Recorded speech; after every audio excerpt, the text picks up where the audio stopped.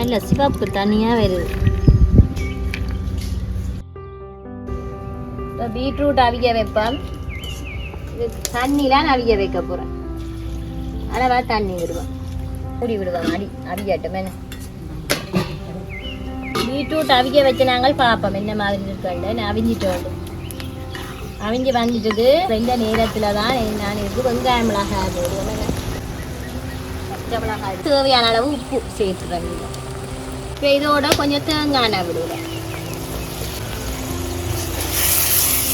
இது வந்து பொரிச்சு சமைக்கலாம். நான் பொரிச்சு சமைக்க விரும்பல. இன்றைக்கு அவிஞ்ச தண்ணியுமே கொஞ்சம் இதுக்குத்தானே இந்த எண்ணெயோட சேர்ந்து வதங்க போகுது.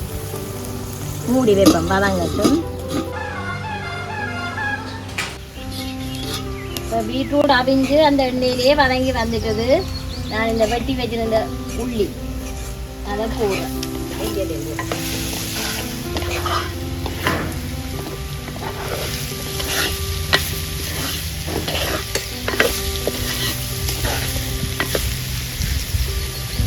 தேங்காய்பால் விடுவேன், தேவையான அளவு தேங்காய்பால். இது தூள் போடுறோம், கறித்தூள் போடுறோம். பீட்ரூட் இனிப்பு தானே, கொஞ்சம் காரம் கூட போடத்தான் வேணும். இதால் ஒரு 2 கரண்டி போட்டு வைக்கிறேன். இதோட நான் வந்து புளிக்கரைசல் விடுறேன்.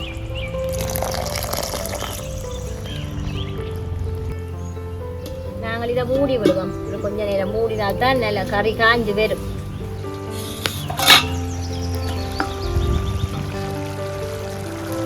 நாங்கள் இனி கருவேப்ப மல்லியை போட்டுட்டு கரெக்டாக சரி.